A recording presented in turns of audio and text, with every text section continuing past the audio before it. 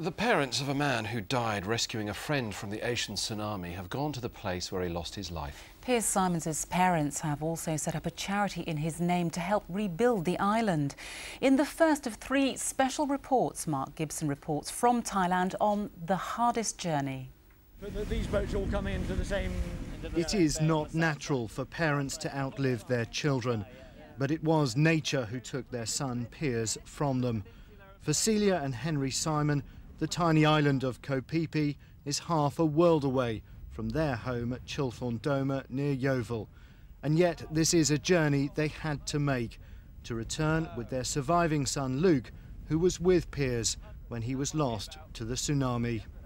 We had a telephone call from the boys on Christmas Day, and we'd had a text from Piers beforehand saying just arrived on Phi Phi, and basically it's paradise.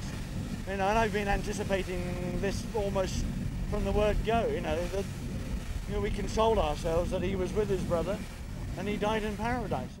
These islands were made famous by the Leonardo DiCaprio film The Beach. That Boxing Day morning it was packed with holidaymakers seeking their own piece of paradise. Then at 10:30 the waves swept through the islands without warning. Millions of tons of water crashing onto the beach, destroying everything in its path. Lives and livelihoods taken by nature's unforgiving power. Piers and his friends were having breakfast in this cafe. People came running in, shouting and screaming, and they ran too. Everyone trying to get away from the wave. These palm trees were just going like this, blowing over and then snapping in two. Buildings like these corrugated iron sheds that you see just got completely picked up, and they then formed the head of the water. So it wasn't water that you were seeing, it was corrugated iron, it was bicycles, it was fridges, it was huge bits of masonry, it was sewage pipe, it was anything in its path. This was the spot where Piers was last seen, trying to help his friend Sophie up to safety. He disappeared under the water.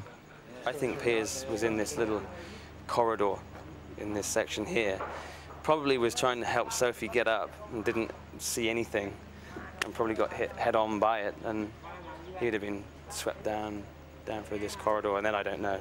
I actually don't know where he was found. Piers's body was eventually found by Luke 5 days later after a frantic search.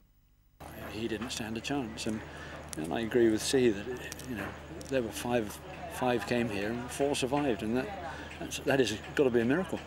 There's no one to be angry with. You can be angry with God, but where does that get you? You can't. It was meant to be, and we just feel that, we have to live with that. We think we've probably been sent this to try us, actually, and, we'll get through it, and, yeah, we'll cope.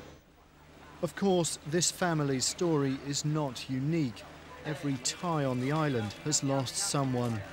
Walking through here, it's hard to imagine that this was full of shops, people's homes, a little market, people selling fruit and vegetables, CDs, things like that. It was completely wiped off the map in a couple of minutes.